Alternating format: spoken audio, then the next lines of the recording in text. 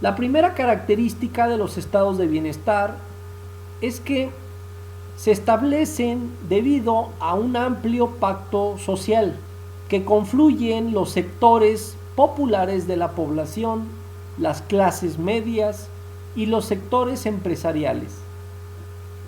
Se atienden las necesidades de los populares a través de la educación y del derecho a la salud. Se estabiliza la demanda interna a través de la intervención del Estado. Se garantiza la paz social a través de la satisfacción de las demandas de los sectores obreros. Se amplía el sistema democrático con la salvaguarda de los derechos de la educación y de la salud. Se da un crecimiento continuo, sostenido y equilibrado. La hacienda fiscal tiene efectos redistributivos imponiendo impuestos más altos a los que más tienen. El sector público es regulador e inspector. Los elementos presentes para cualquier estado de bienestar se le llaman bienes tutela. Estos son la salud, la educación, la vivienda, la garantía mínima del ingreso, la salvaguarda en las relaciones laborales y la conservación en el medio ambiente. En resumidas cuentas, hay un efecto redistributivo a través de las políticas públicas que buscan el bienestar común a través de la actuación del aparato estatal. A través del Producto Interno Bruto se reorientan el gasto social en educación, en salud, en pensiones, en seguro de desempleo. Hoy en México tenemos políticas públicas redistributivas a través de transferencias en pensiones para los adultos mayores de 65 en comunidades indígenas, mayores de 68 para todo tipo de población. También tenemos las llamadas becas para los estudiantes en los diferentes niveles de instrucción académica, a nivel primaria, nivel secundaria, preparatoria e incluso licenciatura. Tenemos también las becas para las personas con discapacidad. Uno de los aspectos más sobresalientes de los estados de bienestar tienen que ver con que se atienden las necesidades y se busca reducir la desigualdad entre la población a través de la constitucionalización de los derechos sociales. En México se constitucionalizaron todos estos programas en el artículo 4 constitucional. Hay una triple estructuración en todos los estados de bienestar. Hay una tensa relación del Estado y el mercado. Estas dos instituciones interactúan de manera distinta dependiendo el tipo de estado de bienestar que vayamos a estudiar. Por ejemplo, en un estado de bienestar liberal, el Estado es menos interventor con el mercado, está más relacionado con ideas liberalistas. Otro de los rubros es la desmercantilización, que tiene que ver con que hay ámbitos de la vida económico y social de la población que no se compran, que son universales y gratuitas.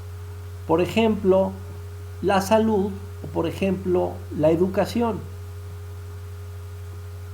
El tercer elemento son las consecuencias que esta intervención estatal van a producir en la estructuración de la sociedad.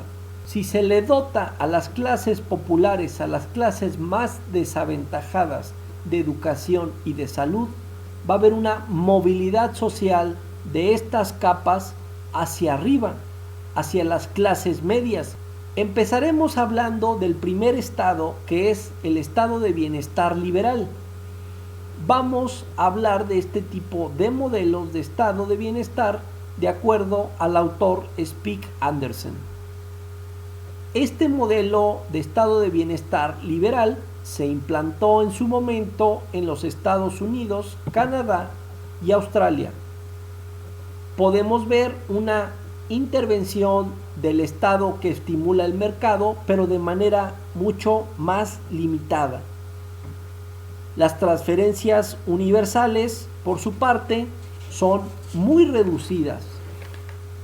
Los derechos sociales, por ejemplo, el derecho a la salud, el derecho a la educación, son con cobertura muy limitada.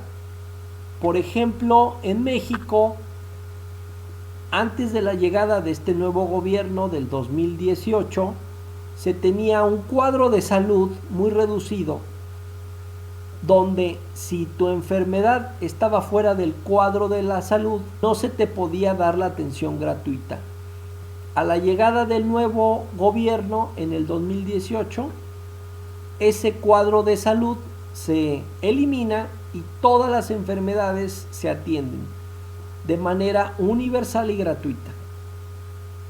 El efecto desmercantilizador tiene que ver con que hay áreas como la educación, que el derecho a gozarlas no tienen como una obligación la retribución económica. El siguiente estado de bienestar es el corporativista, implementado en su momento en Francia, Italia, Alemania y Austria.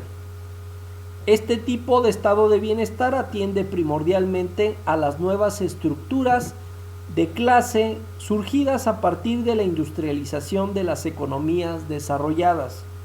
Los mecanismos de bienestar se llevan a cabo a través de privilegiar a las grandes corporaciones de trabajadores, las que se persigue con la intervención estatal a través del mantenimiento y consolidación del estatus social existente. Es decir, el estado de bienestar corporativista tiende al conservar el status quo de una sociedad. Estas políticas son claramente subsidiarias, es decir, intervienen cuando han fallado los otros mecanismos.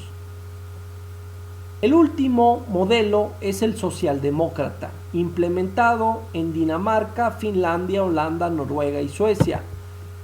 El estado de bienestar socialdemócrata es el más apegado a las ideas keynesianas. ¿Por qué? Porque la intervención del Estado es un poco más agresiva.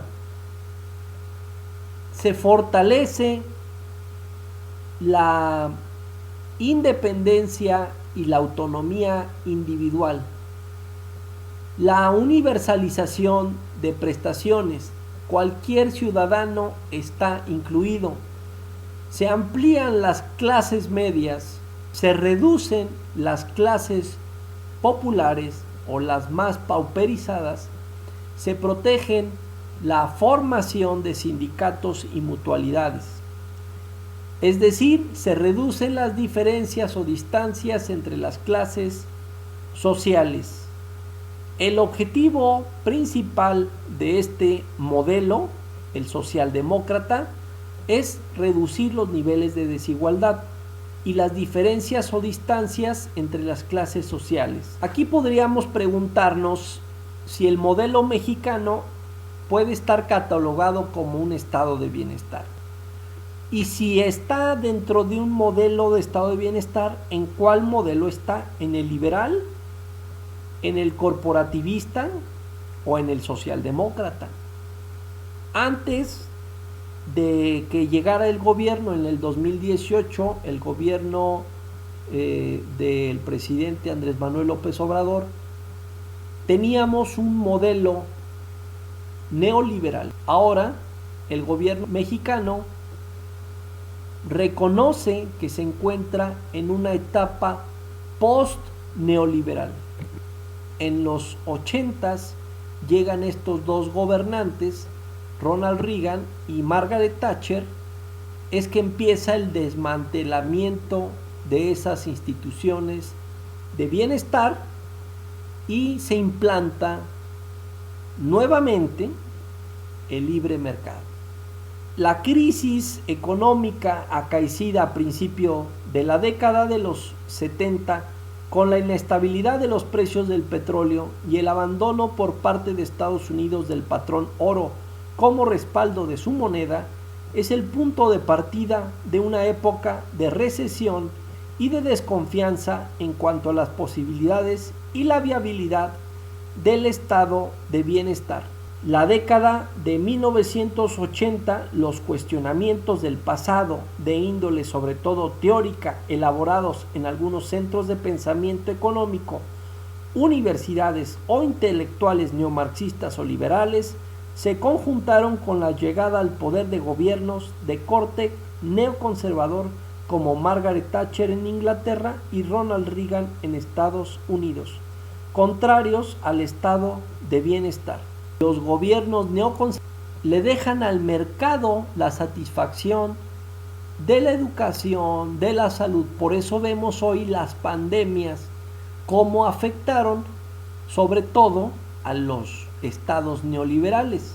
En México, en mi opinión, estamos volviendo a un tipo de estado de bienestar socialdemócrata. Muchas gracias y sigan al pendiente de nuevos videos. Les agradezco su atención. Recuerden que esta escuela es nuestra.